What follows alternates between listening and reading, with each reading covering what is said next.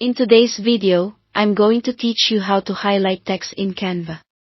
By the end, you'll know 2 clean, reliable ways to call attention to words, a simple inline highlight using the marker tool, and a block-style background using effects.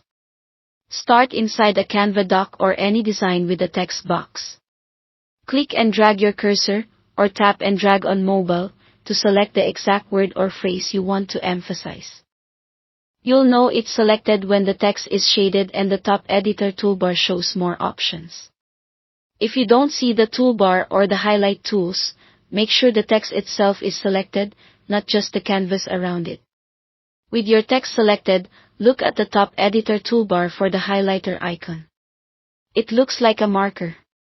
Click or tap it once to apply an inline highlight that hugs the shape of your letters. This is perfect for drawing attention to a keyword without changing your layout. To adjust the color, open the color options next to the marker. You can choose a preset, or tap the plus icon to create a custom shade. If you already know the exact color you want, paste a hex code in the field for a perfect match. Remember, using a slightly lighter or more transparent tone often keeps your text legible while still standing out. Now, if you want a full block-style highlight behind an entire line or section of text, use the effects approach. Click the text box you want to highlight so the border appears around it. In the top toolbar, click Effects.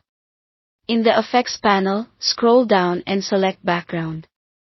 This instantly places a block behind your text.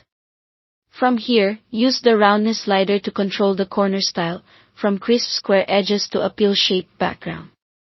The Spread slider adds padding around the text, which is great for creating a label-like look or ensuring the background extends evenly. Adjust transparency to dial in how bold or subtle the block appears, then click the color box to choose the highlight color. This method is especially useful for headings, callouts, or multi-line phrases where you want consistent coverage behind each line. That's it. Thanks for watching.